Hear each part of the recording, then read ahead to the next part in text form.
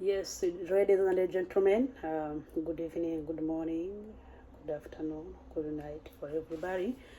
It depends on where you are, but hope you are all doing well. My name is Esther once again. I come back to share with you, to tell you a story, a journey of my life, a journey of my life as an orphan, as a short stature lady, as a woman with disability. It's a long story, but hope you are enjoying and getting some more. You are running, so because I'm not here come to attract you or to. So I'm here to share with you and run from me, and run from you through your comments, through your feedback. Yes, as I told you, I was born like this. I don't know, next time I will show you the whole video. But I was born with a dwarfism, as a little person, a little woman. I'm short-statured. Some of the people called me a dwarf. I don't care, because what people say, what people call me is not who I am, is not what I do, is not what I will reach, is not where I will reach. So I hear what they said, I analyze it, but I left it behind, because I have my own destination. I have my target to reach where people don't expect me to go, to reach. As I told you, I was born with this condition in a whole my family, because my height and my size is special, is extraordinary among the people whom we were born together. About my siblings, my mom was not a short woman, my daddy was not a short daddy. So I was born like this, as a short. It's not something to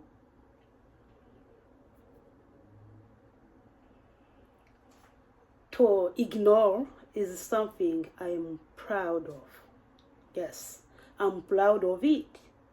I'm proud of my height. I'm proud of who I am. I'm proud. Thank you. As I told you, this is another part of my life. Since when I was born, what I knew, what I've been told, what I've been known. So, after the death of my father, as I told you last time, in the last episode, life becomes very difficult, very dense. We were little ones, me, my siblings, we were very little. Because when Dad died, our elder brother was 12. Yeah, was 12 years old. So the last born was 3 or 4, and we were 8.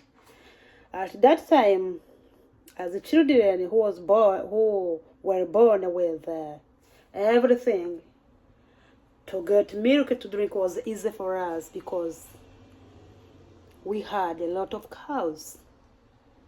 We ate good things, good food, drink what we wanted at that time, whatever. We went wherever we wanted, because we were able to afford everything. Our life was very sweet, very good, with our father and our mother. It was easy. it was easy. Life was easy at that time. It was no difficult. It was no challenge. Because we tried to feed others outside of our house. Yes, people who are not able to get food, they came at home to eat, to drink, and then they get everything that they wanted from home. It was a very good, beautiful life. That time we didn't realize that life can change anytime. It was not. We didn't realize that, my dear. Appreciate the life that you live today. Appreciate what you have today and try to share with the people, the friends, the neighbors who don't have it, who can't afford it. Because you never know what tomorrow will bring. You never know what is next. Today you are good, tomorrow it will be another thing. Today you are a boss, you are a rich man, a rich woman, a rich lady, a rich boy. Tomorrow you don't know what will come, what will bring. Today you are physically fit. But tomorrow, you never know. You can lose part of your body and become disabled and become disabled. You may get mental disability, you never know. Accident happens every single time. You can lose your leg, your arm. You can become a blind person. You can become a deaf person, because we have a lot of people who were born no problem. They were able to hear, to talk, to see, to observe, to walk. No support, no guide, no assistance. But today, they can't do that without assistance. They can't do that without support, my dear, my friend. Try to appreciate the life you live today. Try to appreciate, to thank God for what you have today. Maybe you are crying that you don't have food. You don't have school fees. You don't have what you want, what you need. But we have God. We have God. Our God is the way maker. Tomorrow, life may change. You never know. It's what I wanted to share with you. It's like an experience of life, how life changes in a single time, in a single second, in a single minute, in a single hour, in a single day. Life may change. Maybe today you are happy, tomorrow you don't know. Tomorrow it will be another thing else. Today you are not happy, but tomorrow, why not? This life, I like a man who used to say, this life no balance. Yes, this life no balance. Appreciate what you have. Live with others peacefully. Share with others what you have. Because you never know what tomorrow will bring. You don't know what tomorrow you will become. Who tomorrow you may become. Maybe today you are down there, but next day, tomorrow, you may be at the high level. So that's what I wanted to share. After the day for our father, I told you we had everything. Everything. Where each and every weekend, we used to have guests from neighborhood. from wherever, cause they knew that at home there is everything, nothing they can't lose, they can't lack, no. But after the death of our father, as I told you, we stay at home with our mom. Our mom was struggling to feed us, was struggling to make us happy, was struggling to get what we needed in that time. My mom was 34 that time. She was very young. She was very young and she was very beautiful to find another man, another husband. She was very beautiful. She was, because everywhere she passed, people looked like this. Men looked like this. They asked her that they can go to share at the bar, in the bar, sit down in the chair. But because God has a plan for us, for our mom, for our siblings, mom didn't accept. Mom didn't do so. From that time, mom forget about sitting down. Forget about wearing shoes and beautiful clothes and go around and walk around. She forgot. She forgot. Because it was the start of, it was the beginning of hardship. It was the beginning of hard life for us. She started to go to cultivate. She started to go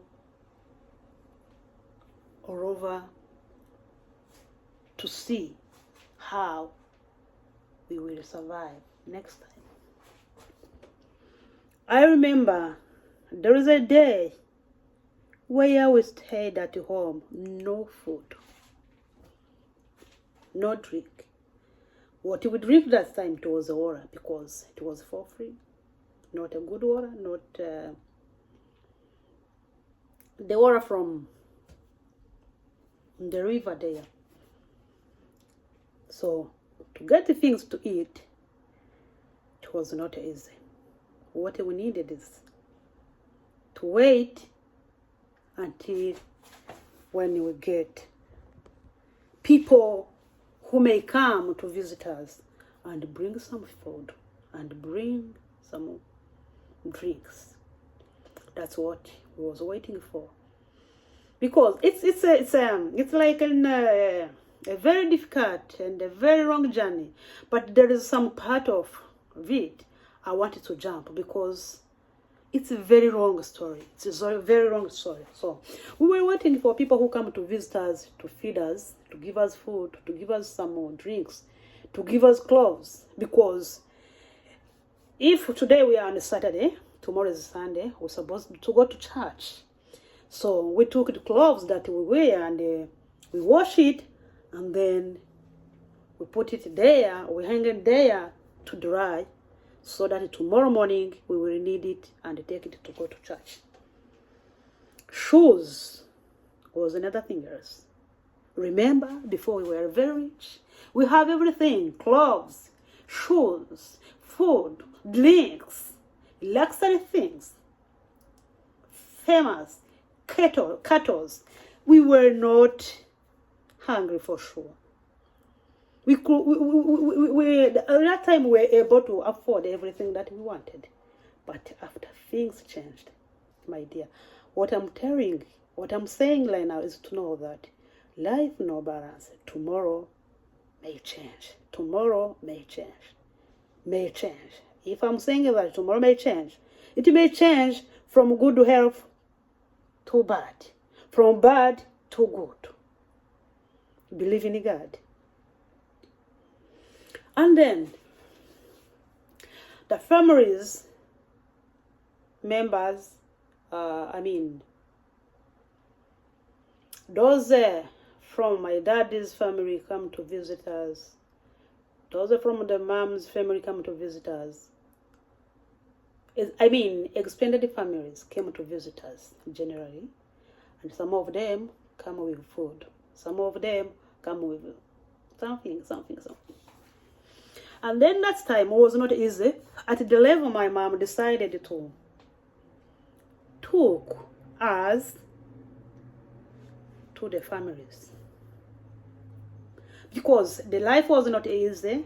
It was after genocide against the Tutsi in 1994. It was not easy. So life was not easy because there was no peace, and it was a difficult times to get food, because it was even the effects of genocide and the consequences. It was not easy. That's why mom decided to send us to the families, one to one, family one. She left at home with two of us to be with her. But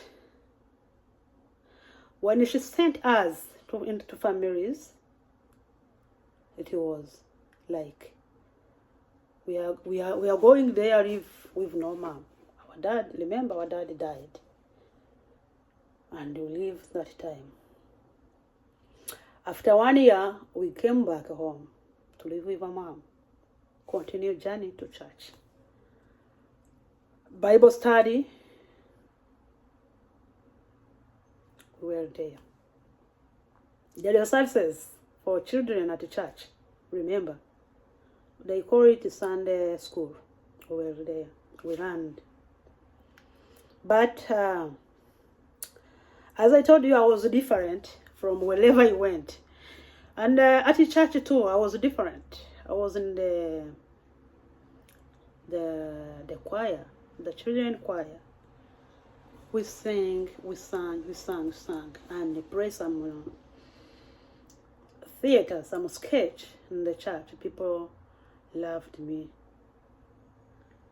But sometimes at church, they invited some guests from outside of the church, and then when they come, pastors, preachers, when they come, they saw me singing, dancing there, and they said that we needed this child to come to visit us. And they came to me, they greeted me, and they asked me, where is your mom? Where is your dad? And I told them I don't have dad. I don't have dad, but I have a mom. My mom is that one. And they approached to mom. They greet her and they ask her that, Mom, we need this child to go with, to visit us. Maybe we will take her back to home next time. And mom said, it's okay, no problem. And I went there. I spent like 1 week, 2 weeks, 1 month. They do shop for me, clothes, shoes, and then I go back home. They called me a flower. They said, most of the people used to say, this is a flower of God in this church, because I was different. At one day, as I told you, we came back from families to home. And it was also still waiting the food from people, from guests who came to visit us. People come with food.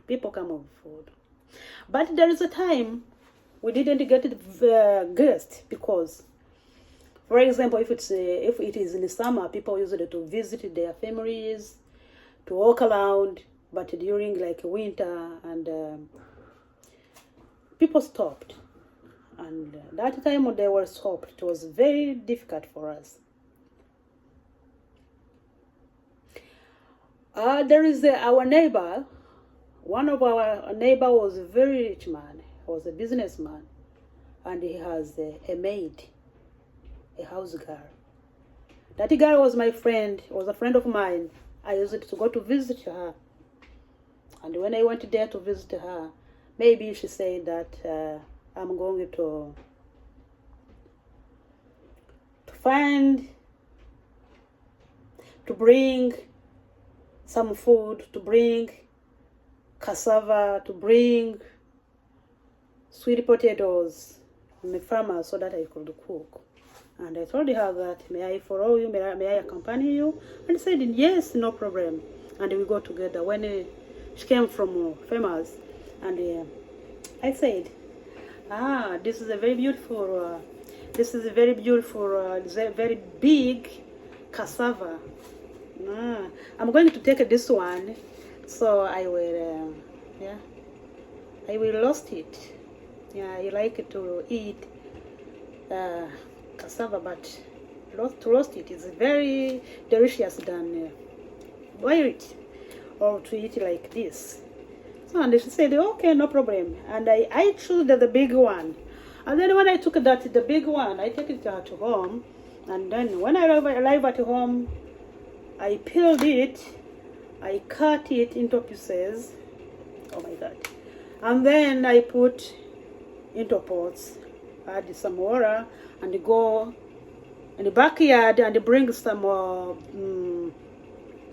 vegetables, and then I include, and then I put some salt, and then I boil it. I cook it, and then after,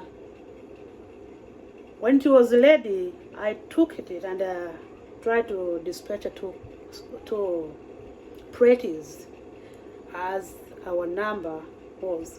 I told you, well, 7, and my mom were 9. Remember to take one cassava, big cassava, to feed those 80 people, and we eat and we sleep. The next day, my brother went there to the neighbors to pray with their son, their boys. And when she went there, maybe he saw like a sweet potato, or it's cassava, but that one they grind it, and then it provide flour. It cook like a cassava bread. And then when he was there, I said, oh, this is a very beautiful cassava. I wanted to take only one. Maybe I will roast it and I will eat it. I like to roast cassava, especially this one. I will take it. Then those friend of him said, oh, it's okay, no problem. No, take it too. Take it too. And then he bring with two. And then when he came back home, he grounded the cassava and he make flour, and then go back in the backyard, bring some tomatoes and vegetables, and cook, and we ate. He made a cassava bread and vegetables, and then we share as we will eat, and then we eat. Then we sleep. The coming day, maybe God send another one to visit us, and they come with beans, cassava, potatoes, rice, Irish potatoes, sweet potatoes, everything. And then we keep going, life change, life will push, we push the life until when we started to reap our harvest, what our mom cultivated. We started to live in that time. But in that difficult time, we had our neighbors who were orphan. They didn't have any parent, no father, no mother. Their parents were killed. Others, our neighbors were there. They had everything, but they used to come at home to visit us because we are so kind to them, to everybody. Our mom taught us to live with others peacefully, to share what we have. If she went to the market and bring like one bread, the neighbor's children come at home right now. And then our mom didn't hide the bread because a lot of children are there. No. She said, take this bread and cut into pieces and try to share. That's life. You have to share what you have. You never know, tomorrow God will make a very big things. We live in that period. We live in that difficult time, but sharing what we had, sharing what we get. At that time, even if I was focusing on this, it was not easy for me. As I told you, I was different from others, from my siblings, from my relatives, from my neighbors. But wherever I pass, everybody comes to stare at me. Come and see. Another one called others. That's the one who saw me before called others. Come and see. This is it. Come and see. She's walking. Come and see this lady. Come and see this baby. He's walking like duck. He's going like pig. He's going like a lot of names. They said what they wanted, but I was not care. I didn't care about that. I was focused on where I wanted to go. One time, remember, children like to, in the holidays, they needed to go to visit family members, friends, and go there and spend like 1 week, 2 weeks. But my siblings say that, Mom, when we go with Esther, most of the people come and learn after us. So we don't go with her. We don't go with her. Others said, Mom, when we go with Esther, people came to us and started to laugh at us. We can't go with her. She has to stay at home. They refused to go with me. And I stayed home with my mom. I kept to live that. But my mom said that, my daughter, stay here. When I will go to visit family members or others, I will go with you, no problem. Said, okay, Mom. But even if I said it's okay, I started to think, God, why did you do this? Why did you create me like this? I was very short, my dear. I was very short, very little. And then, in my heart, I started to think, why this? Maybe I wanted to go with my sister, my brothers, to visit people. I will get food to eat. I will eat good. I will sleep on a good and a beautiful place. So now I'm going to stay at home with my mom, but it's okay. But they went, I stay at home. They went, I stay at home. They went, I stay at home. They went, I stay at home. But after a while, one of them said, Esther, we are going to visit our uncle. I'm going to visit our uncle. I need to go with you because our uncle asked to go with you. And I said, okay, let's go. And we didn't have a car. We didn't have motorbike. We didn't have bicycles. No, we went by our feet. It was like 30 miles and 50 miles. We were fit. And then we did it. And then one day we were walking in a way. And then a driver with a very beautiful car passed near us. And he stopped his car. And he was looking at us through the window and said, hello. And I say hello. And I said, where are you going? And we say, we are going there. And we told the place where we went. And he said, oh, come in, and I wanted to give you a ride. And then we go in his car, and me and my sister, and then he gave us the ride. And then where he reached where he's supposed to leave us, he left us there, and then he kept going, and we keep going by feet. But it was very good, because we started to see drivers in the cars. They passed near us, and they said hi, and they go. Another one, hi, and they go. Another one, hi, and they go. But I don't know really if it was the love or if it's something else that they saw. But they did that, and then we go to uncle. We eat good, because he was a very rich man, and we eat good. We get what we wanted. It was a very beautiful house, and then we go back at home. But when I was young, I became young, I started to go alone.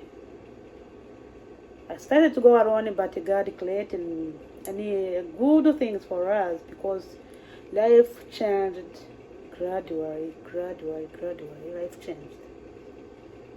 Because the reason why I'm saying that life changed gradually, we were not staying in that situation, because my mom started to cultivate from morning to evening, but next time we have enough harvest. We started to get enough production, so we started to get what to eat. Our food was ready, drinks were ready, and clothes, and we started to get what we wanted, what we needed in that time. Yes, and then time goes like that. But what I wanted to share with you is that even if you are going through in difficult times today, tomorrow things may change, my dear. If you are going through in hardship times, tomorrow may change. If you are happy today, tomorrow you may be sad. You never know, my dear. Share with people what you have. Try to support vulnerable people. Try to support people in need, because you don't know what tomorrow will bring. You don't know what tomorrow will bring. Every single day life changes. Today it's good, tomorrow it might be worst. Tomorrow is the worst, tomorrow may be good. The life is the journey. This life, no balance, my dear. Try to change and to share what you have with others. God bless you so much. I love you so much. This is Esther, as I told you. But be ready for coming video. And if you are interested, if you learn something, share this with your friends, and tell friends to share with your friends. Thank you so much. I appreciate your time, and I love you so much. God bless you. God bless you. God bless you. God bless you. Thank you, my dear. Thank you so much.